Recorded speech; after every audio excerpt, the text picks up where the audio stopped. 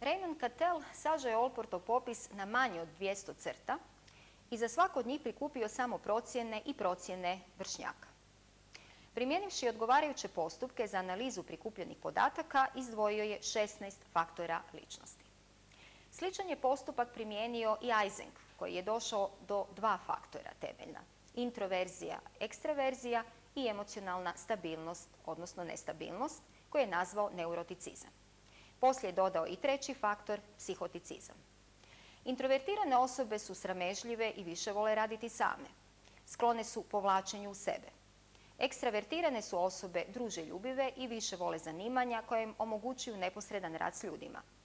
Neuroticizam je dimenzija emocionalnosti s anksioznim, pesimističnim i neprilagođenim osobama na jednom kraju i smirenim, dobro prilagođenim osobama na drugom kraju. Prema tome i dalje vrijedi ovo pitanje koliko ima temeljnih faktora ličnosti. Vidimo da je Cattell došao do 16 faktora, Eysenck do 2. Međutim, unatoč neslaganjima, većina se istraživača ličnosti usuglasila da 5 dimenzija, nazvanih 5 velikih prema engleskom Big Five, zahvaća većinu onog što smatramo ličnošću.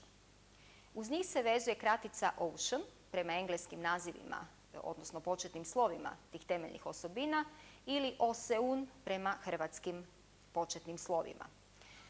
A to su otvorenost prema iskustvu, savjesnost, ekstraverzija, ugodnost i neuroticizam. Mnogi psiholozi u području ličnosti smatraju otkriće 5 velikih najvećim napretkom u suvremenoj psihologiji ličnosti.